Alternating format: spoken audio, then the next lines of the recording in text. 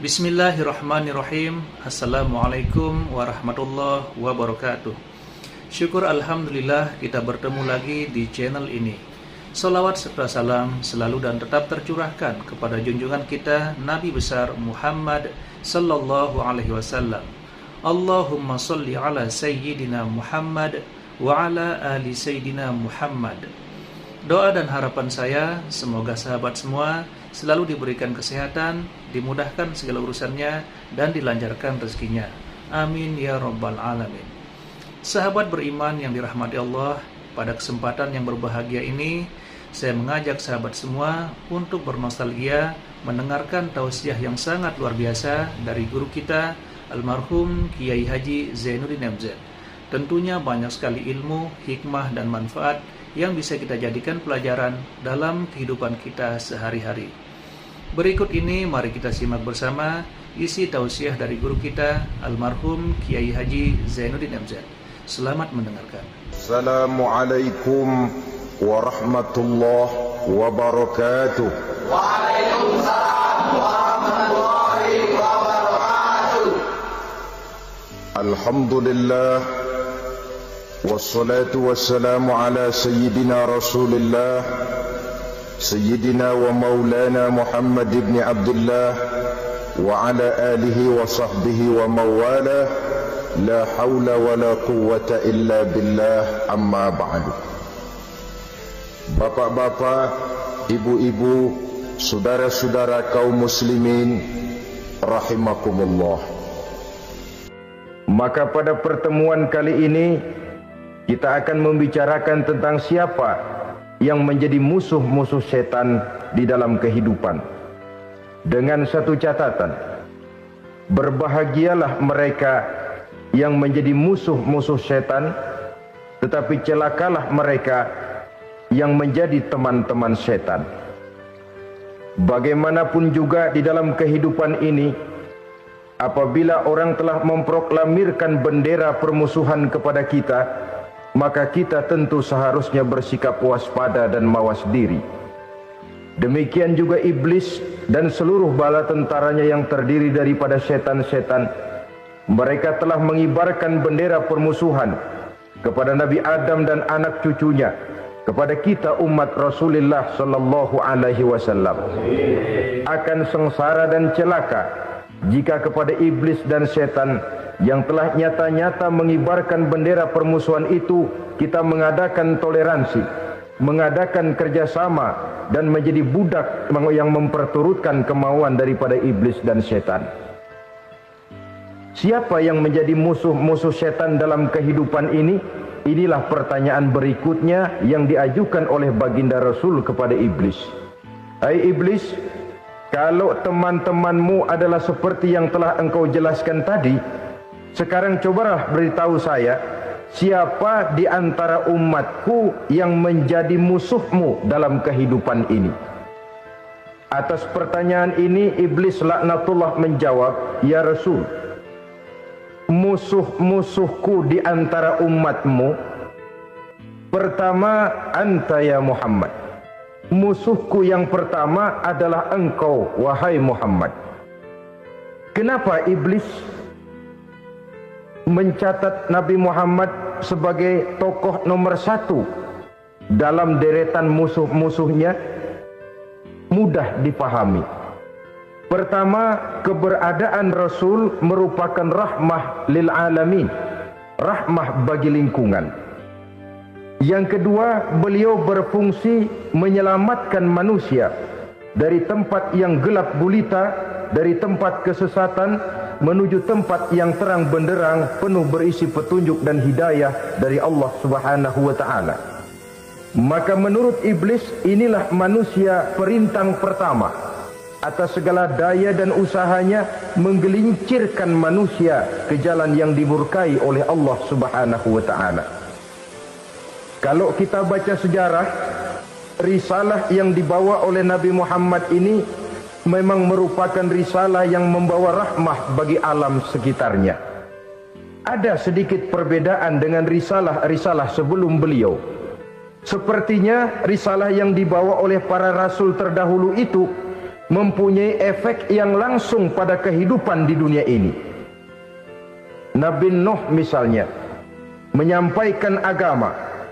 Hai umatku, ini agama. Umat menentang, turun banjir yang menenggelamkan orang-orang kafir.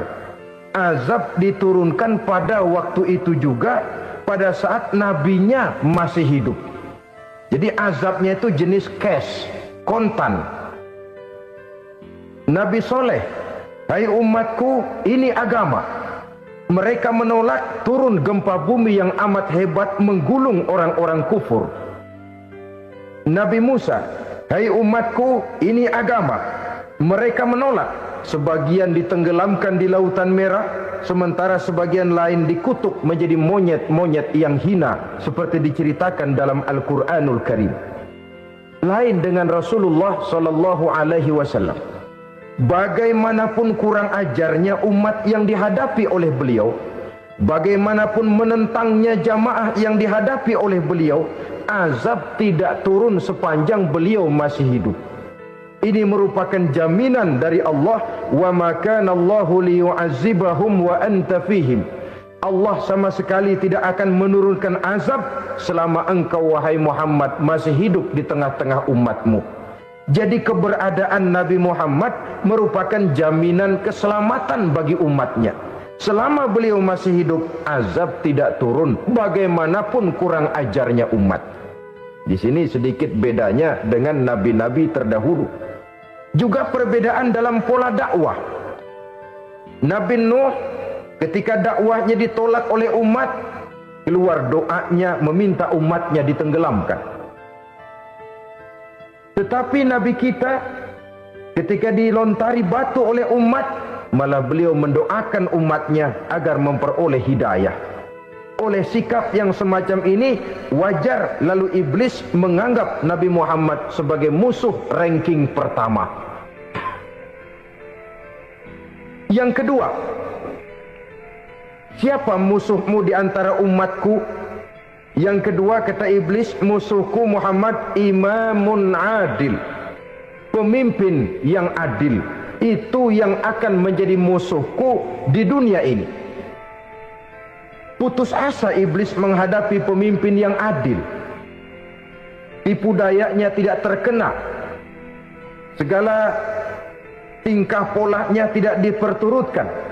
Imam yang adil, pemimpin yang adil merupakan musuh daripada iblis laknatullah alaih. Apa sebabnya? Karena pemimpin yang adil mempunyai dampak dalam kehidupan di dunia ini. Melindungi orang banyak, menenteramkan orang banyak. Makin aman, tentram, tenang situasi dan kondisi, makin mudah orang melaksanakan ibadah. Makin tekun orang melaksanakan ibadah, makin dekat dia dengan Allah. Makin dekat manusia dengan Allah, makin jauh dia dari iblis. Sebab dua hal ini selalu kontradiktif. Jika kita jauh dari Allah, tentu dekat dengan iblis. Jika kita jauh dari iblis, harus dekat tentu dengan Allah, dan begitu selanjutnya. Dalam kaitannya dengan kehidupan kita sekarang, saudara, inilah pentingnya membangun manusia pembangunan. Semua tugas-tugas besar, semua pekerjaan-pekerjaan yang baik harus berangkat dari niat yang baik, berangkat dari hati yang bersih. Siapapun adanya kita, apapun profesi kita. Yang jadi kiai, marilah berangkat dari niat yang bersih. Yang jadi mubalik, marilah berangkat dari niat yang bersih. Niatnya itu mau menghidupkan Islam atau mau cari hidup jual Islam. Kalau mau menghidupkan Islam, mari sama-sama kita berjuang. Tapi kalau mau cari hidup untuk dengan menjual Islam, minggir saja daripada nanti bikin malu. Yang mengurus masjid, mari berangkat dari niat yang bersih. Ngurus masjid itu niatnya mau menghidupkan masjid atau mau cari hidup di dalam masjid. Kalau mau menghidupkan masjid, mari. Tapi kalau mau mencari hidup di dalam masjid, tolong minggir saja daripada nanti bikin aib. Yang jadi orang alim, mari berangkat dari niat yang bersih. Jangan memperjualbelikan fatwa, yang halal dikatakan haram, yang haram jadi samar-samar, nanti membingungkan umat. berangkat dari niat yang bersih, membangun manusia pembangunan. Ini barangkali istilah yang lebih kena. Saudara-saudara kaum muslimin rahimakumullah, setiap kita pada hakikatnya punya bakat. Secara fitrah yang kita bawa, bakat apapun kita ini punya. Saudara punya bakat jadi pemimpin, saudara pun punya bakat jadi pengkhianat. Saudara punya bakat jadi orang soleh, saudara juga punya bakat jadi orang salah. Saudara punya bakat jadi orang besar, saudara pun punya bakat jadi orang hina. Seluruh bakat ada di dalam diri kita. Tinggal nanti pertumbuhannya mana yang lebih subur. Saudara punya sifat berani, saudara pun punya sifat takut. Seberani-beraninya orang mesti ada sifat takutnya. Nanti mana yang tumbuh lebih subur? Kalau takutnya tumbuh lebih subur, dia akan jadi orang penakut. Kalau beraninya yang tumbuh lebih subur, dipupuk oleh lingkungan, pendidikan dan sebagainya, dia akan tumbuh jadi orang pemberani. Oleh karena itu, agama merupakan lingkungan yang subur untuk menumbuhkan benih-benih yang baik yang kita bawa bersamaan dengan lahirnya kita ke alam dunia ini. Setiap kita, saya, saudara, punya bakat jadi pemimpin, punya bakat jadi pengkhianat, punya bakat jadi pengabdi, punya bakat jadi koruptor, punya bakat jadi pemelihara, punya bakat jadi perusak. Tinggal nanti lingkungan pendidikan yang menumbuhkan mana yang tumbuh lebih subur. Kalau lingkungan saudara lingkungan maling, maka sifat pengkhianat akan tumbuh lebih subur. Kalau nanti saudara jadi pemimpin, insya Allah korupsi. Lingkungan yang menumbuhkan sifat mengabdi, sifat berbuat tanpa pamrih, dikalahkan oleh sifat pengkhianat dan korupsi itu yang dibentuk oleh lingkungan, pendidikan, pengalaman dan sebagainya. Oleh karena itu, secara dini agama menanamkan, menyuburkan fitrah-fitrah yang baik yang kita bawa bersamaan dengan hadirnya kita dalam kehidupan ini. Sebab itu seorang penyair bernama Syauqi mengatakan dalam sebaik syairnya, waladatka ummuka ya ibna adam bakian wan nasu haulaka yadhakuna surura. Hai manusia, pada saat kamu dilahirkan kamu menangis dan orang lain di sekelilingmu ketawa. Kakek senyum dapat cucu baru, paman gembira dapat keponakan baru, sementara kita yang lahir menangis. Betul apa benar? Apa ada saudara yang begitu dilahirkan terus nyengir? Saya kira kabur dukunnya itu. Setiap kamu hai manusia lahir dalam keadaan menangis, orang sekelilingmu tertawa. Karena itu katakan kepada mereka yang senyum di sekelilingmu, hai manusia, pada saat saya dilahirkan saya menangis dan kamu semua tertawa. Baik manusia. Tapi nanti pada satu saat harus terjadi kebalikannya. Kalau dikala saya lahir saya menangis dan kau semua senyum, nantilah manusia. Kalau satu saat saya meninggalkan alam dunia ini, saya akan berangkat dengan senyum dan kalian semua akan berurai air mata. Kalau perlu dari Sabang sampai Merauke kibar bendera setengah tiang. Kalau perlu. Jangan terbalik, kita mati melotot orang malah gembira. Karena hidup selalu membawa sifat-sifat yang merusak. Inilah orang kedua yang menjadi musuhnya iblis dan beruntung menjadi musuh iblis. Siapa? Imamun adil, pemimpin yang adil. Saudara-saudara kaum muslimin rahimakumullah. Yang ketiga musuh iblis, ghaniyun mutawadhi, orang kaya yang rendah hati, orang kaya yang tidak sombong. Kaya apa saja, baik kaya oleh karena ilmu, orang yang kaya karena ilmu disebut orang alim. Baik kaya karena materi, orang kaya karena materi dinamakan hartawan. Baik kaya karena kedudukan, orang yang kaya karena kedudukan dinamakan pejabat. Sombongan pertama yang terjadi dalam sejarah.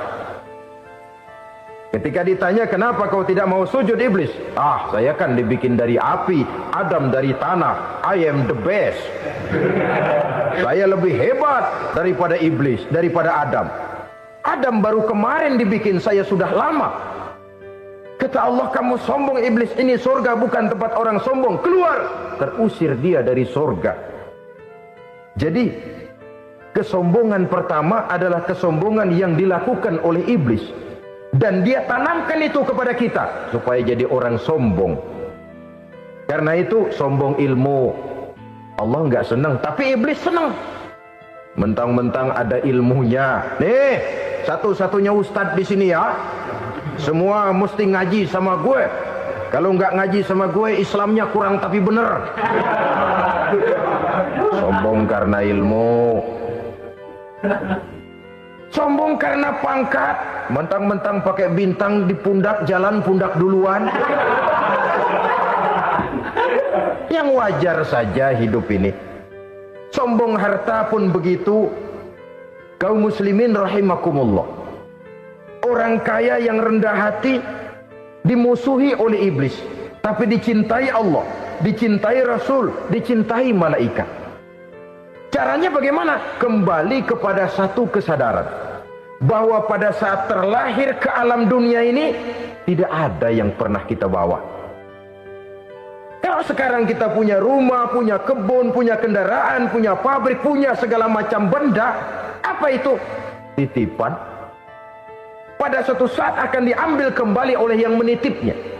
Kalau titipan itu pandai kita jaga, pandai kita syukuri, titipan akan makin banyak. Sama juga kita dalam kehidupan. Kalau orang bisa kita percaya, saya mau pergi ke luar negeri, rumah saya titip kepada tetangga. Saya pulang dari luar negeri, isi rumah tetap tidak berkurang, malah dibersihi, malah disapu, dihilangkan kotorannya. Tentu bukan main syukur saya, girang saya. Akan bertambah kepercayaan saya untuk menitipkan apa saja. Ini makna la in syakartum la azidannakum wa la in kafartum inna azabi lasyadid. Kalau kamu pandai bersyukur, aku tambah nikmat. Tapi kalau kamu ingkar, azabku teramat pedih. Artinya apa? Nikmat bisa berubah menjadi azab kalau kita tidak pandai mensyukurinya. Ma'asyiral muslimin rahimakumullah, orang yang kaya ilmu lalu rendah hati, tidak selalu ingin menonjolkan diri. Kadang-kadang yang tanggung ini yang bikin berabe. Alim bener enggak, geblek bener juga enggak. Yang sedikit-sedikit mau nonjolin diri. Kalau enggak jadi imam enggak mau ke masjid. Nggak jadi imam, nggak mau ke musola. Pokoknya kalau nggak jadi imam, marahan sama musola. Macam mana? Saudara-saudara kaum muslimin, rendah hati. Tidak selalu ingin menonjolkan. Sebab orang yang selalu ingin menonjolkan dirinya, biasanya orang yang kekurangan kepercayaan kepada kemampuan dirinya sendiri. Dia selalu ingin dinomorsatukan. Dia selalu ingin ditempatkan pada ranking teratas. Dia tidak percaya diri. Orang yang percaya diri dapat bersikap wajar dalam kehidupan. Begitu juga kaya karena harta, dengan menyadari bahwa harta bagaimanapun banyaknya titipan dari Allah. Pada suatu saat akan kembali. Dia harus dimanfaatkan sesuai dengan kehendak yang menitipnya. Begitu juga kaya oleh karena pangkat, kedudukan dan jabatan. Pada suatu saat jabatan itu akan hilang dari diri kita. Karenanya sering saya jelaskan bahwa pangkat di dunia ini yang paling tinggi pensiun. Titel yang paling akhir almarhum. Saudara setuju atau tidak, titel itu akan saudara dapat. Bagaimanapun kita cinta kepada pangkat, kedudukan, entah pada akhirnya suatu saat akan sampai kepada posisi yang namanya pensiun. Kalau sadarlah kita kepada pemikiran ke arah sana, maka untuk mencapai kekayaan, baik kekayaan harta, kekayaan kedudukan, tidak lalu menghalalkan segala cara untuk mencapai tujuan, tapi dibatasi oleh norma dan kaedah yang harus dia taati, baik kaedah agama maupun kaedah bernegara. Inilah orang ketiga yang menjadi musuhnya iblis, orang kaya yang rendah hati, orang kaya yang tidak sombong. Yang keempat, saudara-saudara, tajirun shadiq, pedagang, pengusaha yang jujur. Iblis gedek betul, benci bukan main sama pengusaha, sama pedagang yang jujur, yang tidak ngurangi timbangan, tidak nipu pembeli, tidak barang yang jelek dibilang bagus, atau yang bagus di atas yang jelek di bawah, atau dicampur yang baik dengan yang jelek supaya kelihatan semuanya jadi baik. Semua orang ingin untung, tidak ada kecuali siapapun orangnya, dan itu wajar. Setiap manusia ingin mendapat keuntungan, kalau perlu dengan modal minimal mencapai keuntungan maksimal, seperti yang diajarkan oleh teori ekonomi. Itu kan yang namanya produktif kan. Satu usaha dinamakan produktif, bagaimana kita mengeluarkan modal minimal bisa mencapai keuntungan maksimal. Silakan. Bahwa manusia ingin untung itu insting, naluri, fitrah. Tidak ada orang yang mau rugi. Tapi cara mencapai keuntungan itu yang membedakan antara seorang muslim dengan yang bukan muslim. Sudah pernah saya sampaikan, apabila kaum pengusaha, para pedagang sudah dijangkiti penyakit yang tidak jujur, yang akan timbul adalah kekacauan ekonomi. Kekacauan ekonomi bisa menimbulkan revolusi sosial, dan revolusi sosial merupakan kiamat satu generasi. Semua kericuhan hampir bermuara dari perut, dan itu ekonomi. Orang nodong perut, orang korupsi perut. Ya walaupun korupsi kalau sudah kelas kakap tidak lagi sekedar urusan perut. Ya perut apa yang diurusin kalau korupsinya miliaran itu? Perut jin barangkali. Saudara-saudara kaum muslimin rahimakumullah. Oleh karena itu, pedagang yang jujur, pengusaha yang jujur, ini merupakan musuh iblis. Iblis tidak senang kalau ada pengusaha yang jujur.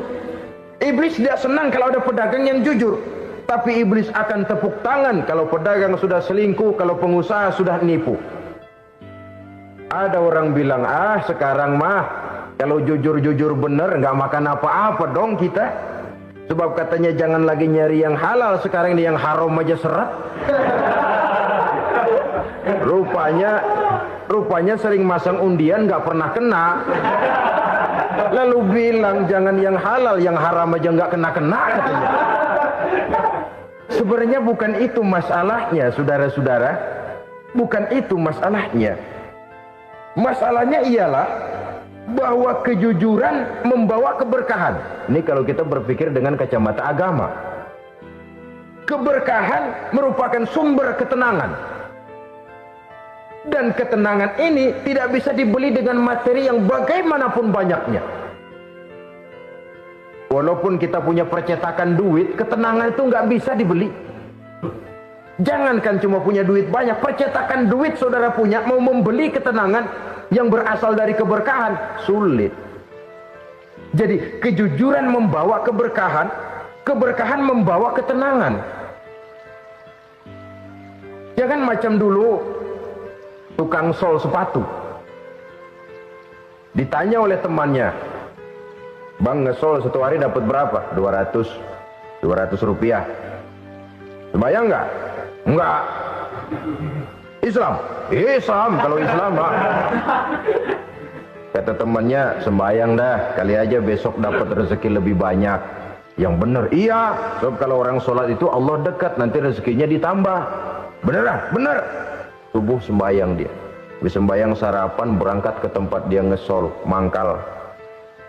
Dari pagi sampai jam 11 belum ada juga yang ngesol. Mulai bimbang hatinya. Katanya kalau sembahyang rezeki tambah. Tadi sembahyang subuh sampai gini hari belum ada yang ngesol. Cobaan kali. Sabar. Datang sholat zohor. Habis zohor nunggu lagi, belum juga ada yang datang ngesol.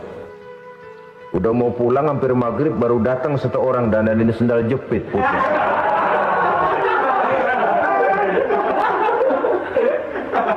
Sudah bayar 25 rupiah. Pulang dia si tukang sol ini, ketemu sama temennya yang nyuruh sholat tadi.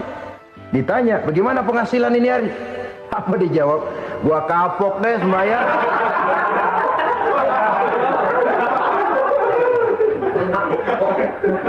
Kemarin nggak sembahyang dapat 200, sekarang begitu sembahyang jigo.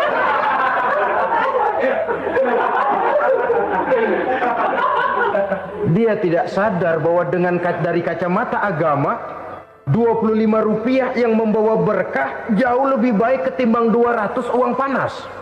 Dari kacamata agama, Rp25 yang membawa berkah lebih baik daripada Rp200 tapi panas. Sebab panas menjauhkan kita dari ketenangan. Itulah sebabnya maka pedagang yang jujur, pengusaha yang jujur menjadi musuh setan dan beruntung. Sekarang jadi pengusaha jujur-jujur nggak dapat proyek, Pak, kalau nggak bisa semar-semir semur. Padahal agama sudah menjelaskan ar-rashi wal murtashi finnar.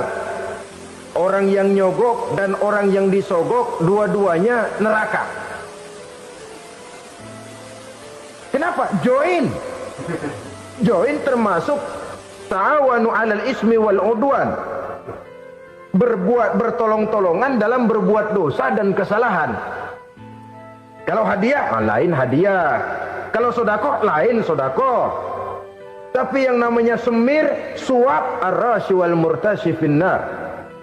Saudara-saudara kaum muslimin rahimakumullah. Jadi pedagang yang jujur, pengusaha yang jujur merupakan salah satu roda perekonomian. Kegoncangan ekonomi akan menimbulkan dampak sosial yang sangat luas dan kompleks. Yang pada giliran puncaknya, dampak paling negatifnya, dia sanggup menggerakkan terjadinya revolusi sosial. Bukankah sebagian besar gerak hidup manusia dimotivasi oleh keinginan untuk mempertahankan kelangsungan hidup? Dan kelangsungan hidup artinya mulut. Mulut itu artinya perut, dan itu artinya makan. Setelah itu mungkin baru pangan, baru sandang, baru dia berpikir pakaian dan sebagainya. Jadi karena dia merupakan penggerak roda ekonomi, pedagang yang jujur, pengusaha yang jujur mutlak diperlukan dalam kehidupan ini. Sebab sekali lagi, kejujuran akan membawa keberkahan, keberkahan memberikan ketenangan dalam kehidupan. Oleh karenanya kita umat Islam, biarin duit kita banyak, asal berkah. Itu tentu idealnya. Ketimbang dikit tidak berkah, lebih baik ia banyak, ia berkah.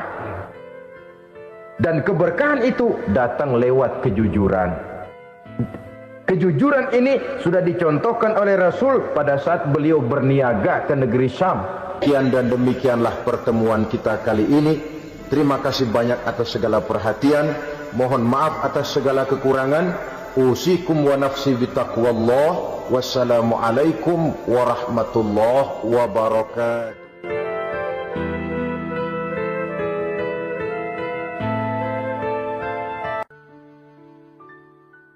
Assalamualaikum warahmatullahi wabarakatuh.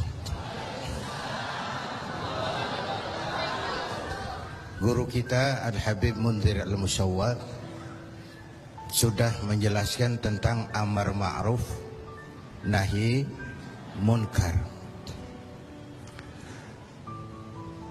Pemimpin kita baginda Nabi besar Muhammad sallallahu alaihi wasallam adalah tokoh yang paling sukses dalam melaksanakan amar ma'ruf nahi munkar.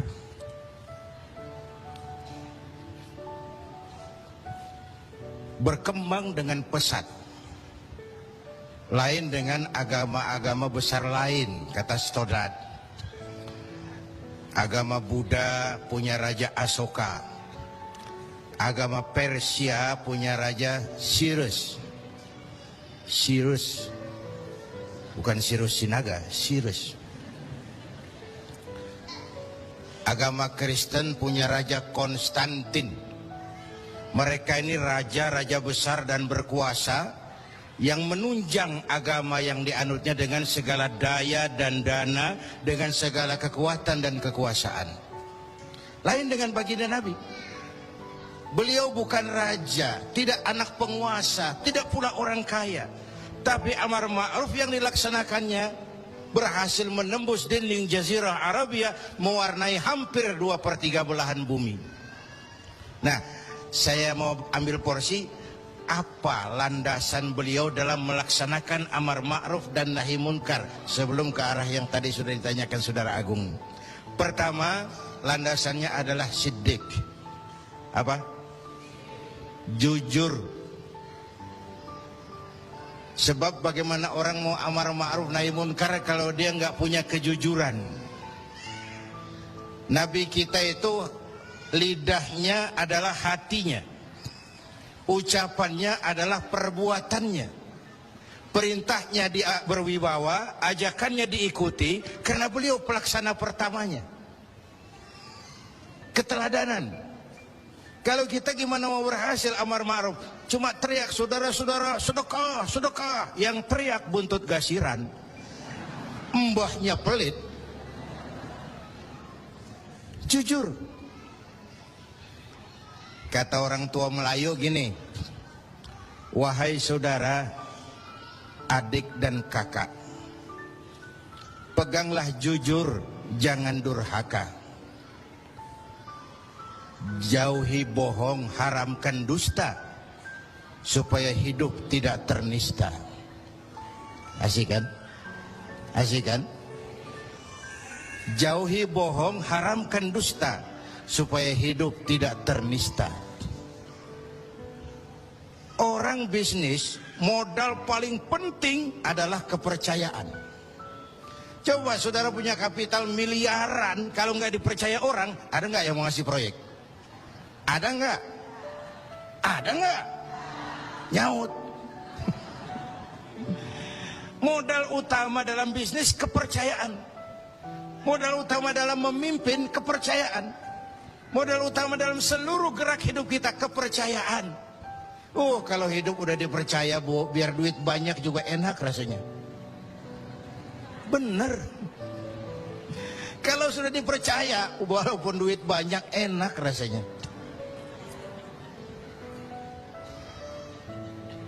Jujur. Bahkan ini modal utama kepemimpinan beliau. Bukan S3, enggak profesor, doktor, enggak. Al-Amin. Orang yang jujur. Dan itu yang kita perlukan sekarang. Gayus. Saya lihat bukan saja kasusnya aneh, penanganannya juga aneh. Orang sekali bergayus bisa ngobok-ngobok semuanya. Sekarang banyak yang telinganya pada merah, matanya pada pedas. Begitu dia nyanyi, bagaimana dia merambah kepolisian, merambah kejaksaan, merambah kehakiman. Lalu penanganannya juga aneh. Kayaknya mau terfokus kepada kasus gayusnya, padahal yang terbesarnya adalah mafia hukum dan mafia pajak. Kan itu soal yang paling besarnya. Kita perlu jujur, jangan ada dusta di antara kita.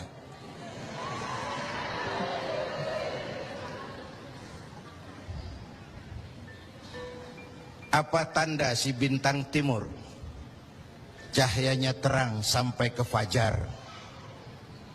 Apa tanda orang yang jujur? Hatinya mulia, ucapnya benar. Hatinya mulia, omongannya benar. Tidak pepat di luar, pancung di dalam. Menjegal kawan seiring, manis jika berhadapan, balik belakang lain bicara. Tiap hari kita ngadepin topeng. Topeng yang berkelip. Ini mukanya apa bukan sih? Ini omongannya apa cuma sekedar sebuah misi? Dan seterusnya. Pantas kalau satu saat seorang biang preman, mbahnya preman, datang menghadap baginda Nabi, dapat hidayah dia. Ya Rasulullah, saya mau masuk Islam, boleh nggak? Oh boleh. Ngucap syahadat. Selesai ngucap syahadat, dia bilang lagi, ya Rasul, saya kan sekarang sudah masuk Islam. Baik. Saya cinta Islam. Alhamdulillah. Saya cinta Anda ya Rasul. Bagus itu. Cuman saya juga cinta dosa. Ini aneh orang ini. Preman tadi ya. Saya cinta Tuhan ya Rasul. Saya cinta Islam. Saya juga cinta dosa. Saya belum bisa tinggalin di dosa. Saya suka judi, suka mabuk, suka zina. Marah baginda Rasul dengar ini. Enggak, beliau senyum. Senyum. Orang yang tegasnya amar ma'ruf nahi munkar itu jangan masang muka kuburan. Manyu, muka ditekuk, jangan. Senyum. Lalu beliau bilang, lah Pak Sebi, nggak apa-apa dah. Cuman begini, Mas. Dari Jawa premannya waktu itu. Kamu suka mabuk? Hobi. Kamu suka zina? Go. Di mana-mana ada langganan. Kamu suka nyolong? Iya. Nah, oke, gini. Saya cuma minta, mau nggak kamu mulai hari ini janji sama saya? Apa ya Rasul? Jangan bohong. Hal tu'ahiduni ala tarkil kadhib? Mau nggak kamu janji satu aja, jangan bohong? Saya kira apaan kali ya Rasul? Kalau itu mah kecil. Sanggup? Sanggup. Ayo, saya bayat. Bismillah, mulai hari ini kau janji nggak mau bohong. Janji. Pulang. Sambil pulang di hatinya mikir, ma ashala ma talaba hadzal nabiyul karim. Ini Rasulullah kok gampang banget permintaannya, enteng urusannya. Saya terang-terangan nggak tinggal zina, nggak tinggal nyuri, saya suka mabuk, cuma disuruh nggak bohong. Encer. Dia kira nggak bohong gampang. Dia kira nggak bohong gampang. Padahal Nabi Allah Ibrahim pernah mengeluh, saya seumur hidup 3 kali bohong, saya harus tanggung jawab di hadapan Allah. Padahal bohongnya bohong bener. Seumur hidup 3 kali merasa bohong, bingung Nabi Ibrahim. Kita sehari 16 kali bohong, nyengir aja nyengir, nggak ada bingung-bingungnya. Udah sambil pulang, hari berganti minggu, minggu pergi datanglah bulan. Satu hari dia lagi jalan nih si preman nih, mantan preman nih, ngelihat perempuan cakep, kenalan, dibawa ke rumah, masuk ke kamar, hampir terjadi. Mau zina lagi hampir terjadi, dia tegangan tinggi, hampir nyaris. Begitu mau terjadi, ingat, saya udah janji sama Rasulullah nggak mau bohong. Ntar kalau ketemu beliau saya ditanya, kamu masih zina? Nyautnya bagaimana? Nyautnya gimana? Kalau saya bilang iya, saya pasti kena hukum, udah Islam. Kalau saya bilang enggak, saya bohong. Padahal sudah janji nggak mau bohong. Perang ini, iman sama syahwatnya. Kata syahwatnya, udah sikat. Kata imannya, pikirin dulu, lu udah janji lo. Perang. Akhirnya imannya menang. Dia bilang sama tuh perempuan, Mbak Yu, Mbak Yu, non sewu Mbak Yu, ndak jadi. Lah, ndak jadi piye tuh Mas? Ya wis pokoknya ndak jadi. Selamat dari zina. Lain hari mau mencuri, sudah madda yadahu, tangannya udah dijulurin. Ingat lagi, ntar kalau ketemu Nabi ditanya, lo masih nyolong nggak? Gimana nyautnya? Tiap kali mau berbuat jahat, tiap ingat janjinya. Tiap ingat janjinya, terhindar dari perbuatan jahat. Paling akhir dia datang menghadap Nabi, ya Rasul, apa? Sadaqta ya Rasul, Anda benar ya Rasul. Kenapa? Yang Anda minta atuk, kedengarannya enteng, cuman pongkolnya. Saya nggak bekutik ya Rasul. Lihat pengaruh jujur dalam hidup.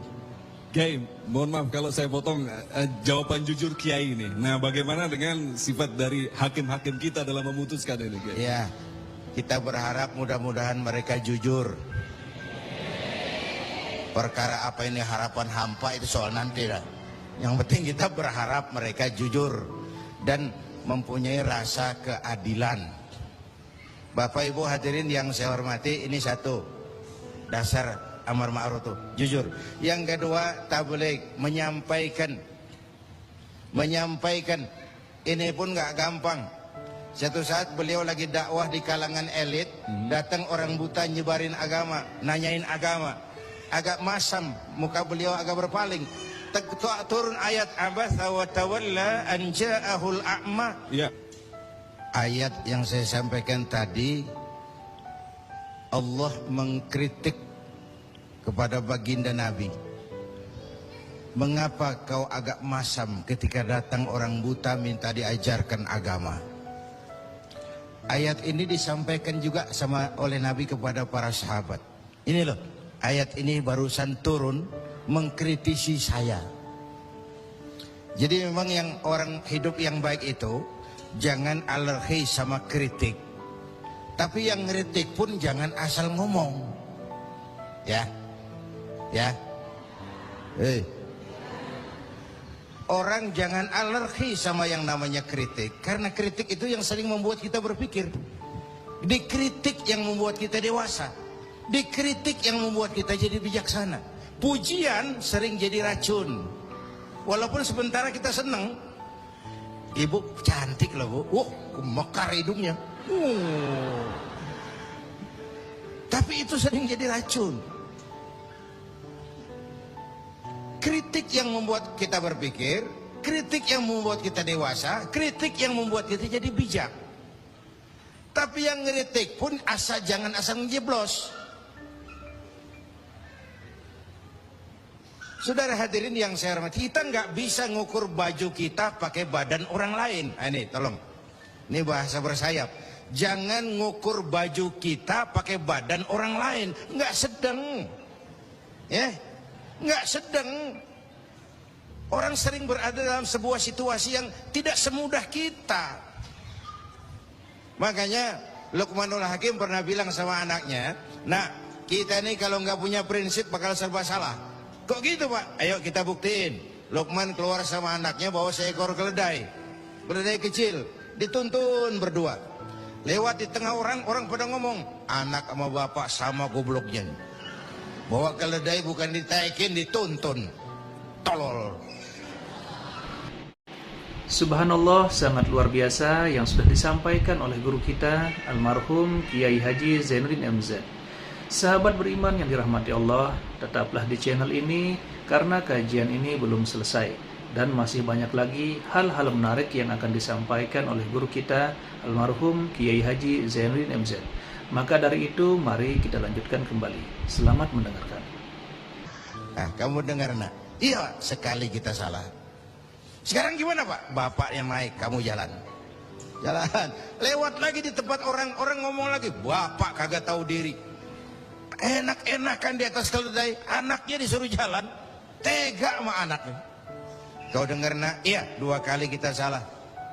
Habis sekarang gimana pak? Kamu yang naik, bapak jalan. Lewat lagi orang teriak lagi, anak durhaka. Bapaknya disuruh jalan, dia enak-enakan. Dengar nak? Iya pak, 3 kali kita salah. Sekarang gimana pak? Kita naikin berdua yuk. Naik berdua. Sampai di tempat orang banyak teriak lagi, anak sama bapak samanya ini. Tidak punya peri kebinatangan. Masa keledai kecil dinaikin berdua? Kejam. Nah, kau dengar? Iya. Berapa kali kita salah? 4. Habis sekarang gimana pak? Sekarang keledainya nyok kita gotong. Gua pengen tahu orang ngomong apa.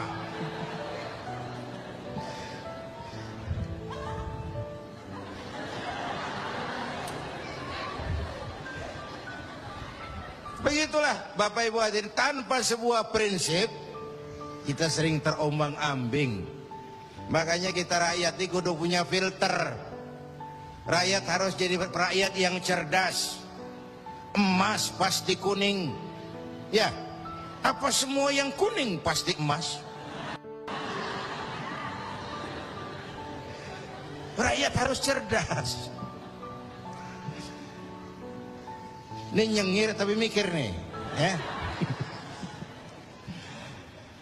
Bapak Ibu hadirin yang saya hormati, karena itu kembali kepada sifat menyampaikan, apalagi yang menyangkut hak orang banyak.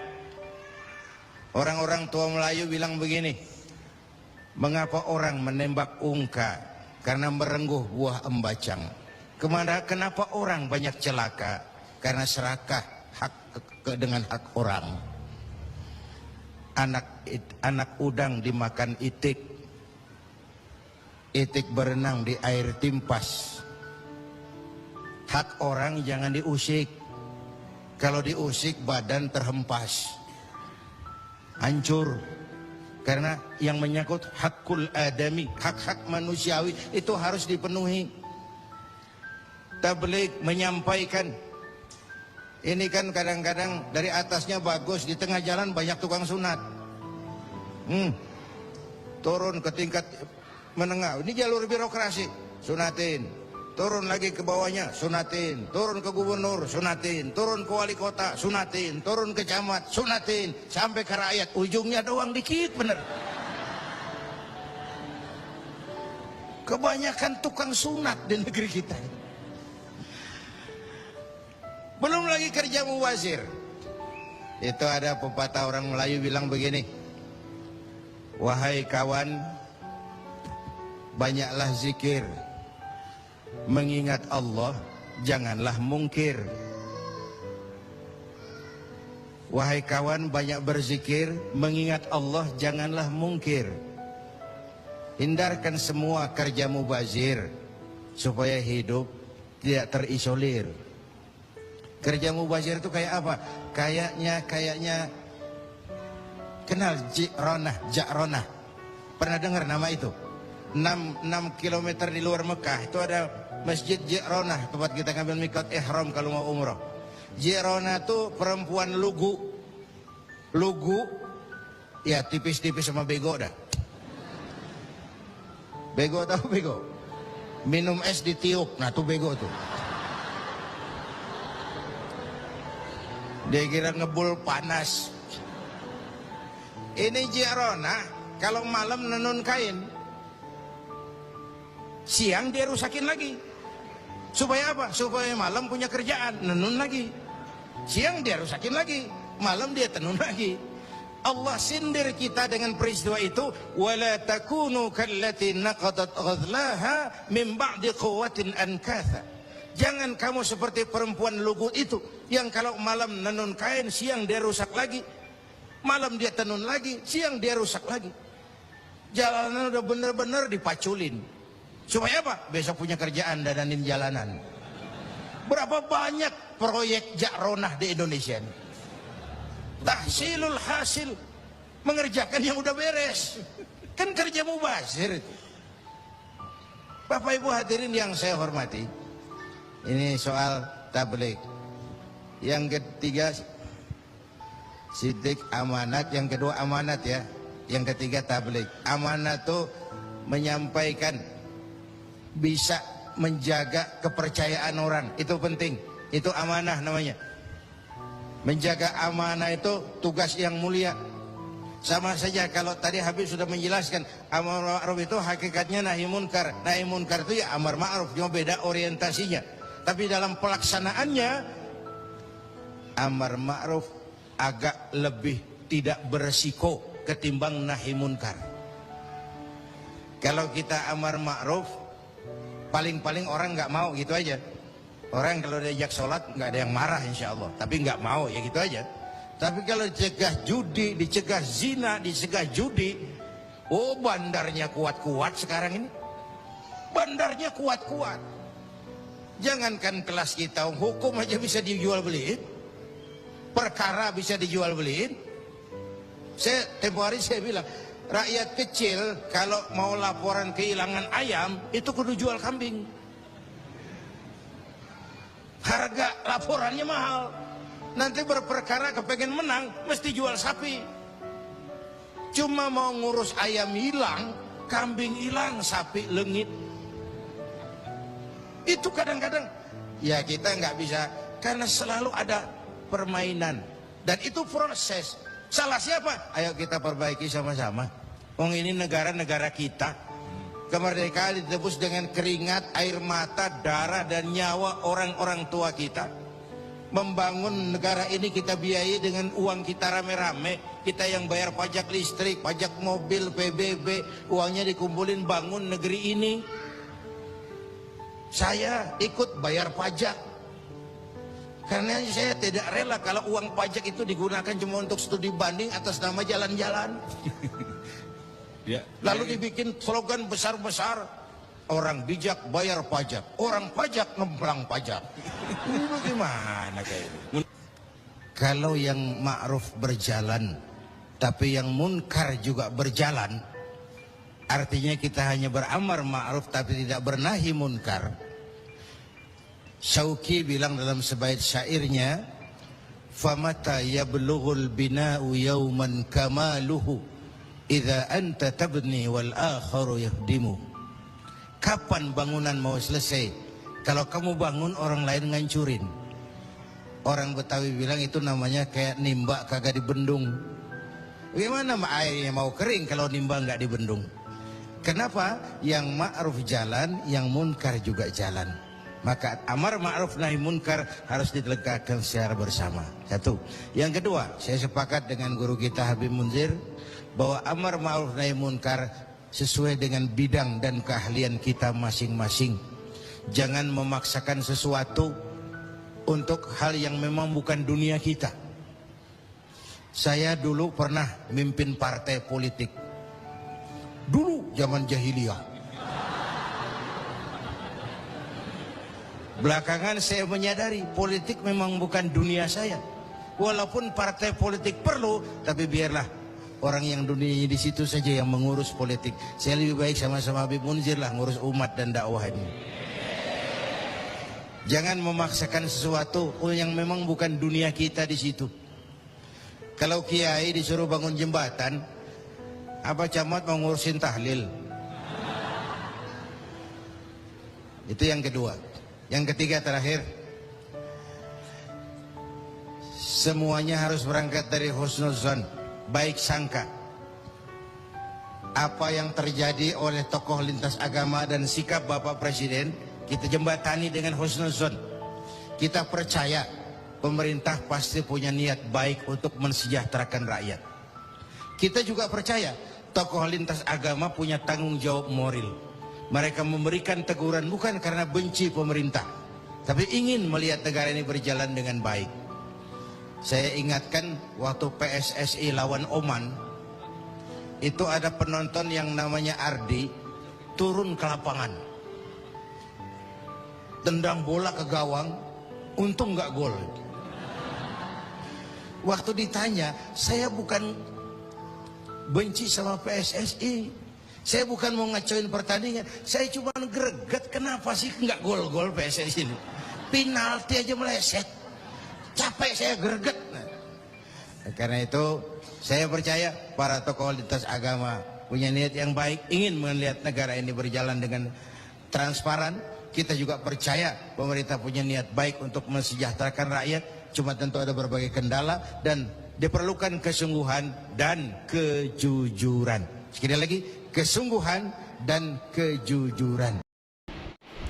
Alhamdulillahirrabbilalamin. Itulah tadi kajian yang sangat luar biasa yang sudah disampaikan oleh guru kita almarhum Kiai Haji Zainuddin MZ. Tentunya banyak sekali ilmu, hikmah, dan manfaat yang bisa kita petik dan kita jadikan pelajaran dalam kehidupan kita sehari-hari. Sahabat beriman yang dimuliakan Allah, mari kita doakan guru kita, semoga beliau diampuni segala dosa-dosanya dan dilapangkan kuburnya. Amin, amin, ya Rabbal Alamin. Dan buat sahabat semua yang sudah setia menonton kajian ini sampai selesai, saya ucapkan terima kasih banyak. Semoga Allah Subhanahu wa Ta'ala senantiasa selalu melimpahkan rahmat dan karunia-Nya kepada sahabat semua. Selalu diberikan kesehatan, dimudahkan segala urusannya, dan dilancarkan rezekinya. Amin, amin, ya Rabbal Alamin. Sahabat beriman yang dimuliakan Allah, demikian yang dapat saya bagikan. Kurang lebihnya mohon maaf. Sampai bertemu lagi di kajian-kajian berikutnya. Wabillahi taufik wal hidayah. Waridho walinayah. Wassalamualaikum warahmatullahi wabarakatuh. Setelah kita mendengarkan bersama kajian yang sangat luar biasa yang disampaikan oleh guru kita Al-Maghfurullah Kiai Haji Zainuddin MZ, sekarang mari kita lanjutkan aktivitas kita masing-masing. Semoga sahabat semua selalu diberikan kesehatan, dimudahkan segala urusannya, dan dilancarkan rezekinya. Amin ya Rabbal Alamin. Sampai bertemu lagi di kajian berikutnya. Wabillahi taufik wal hidayah, waridho wal inayah. Wassalamualaikum warahmatullahi wabarakatuh.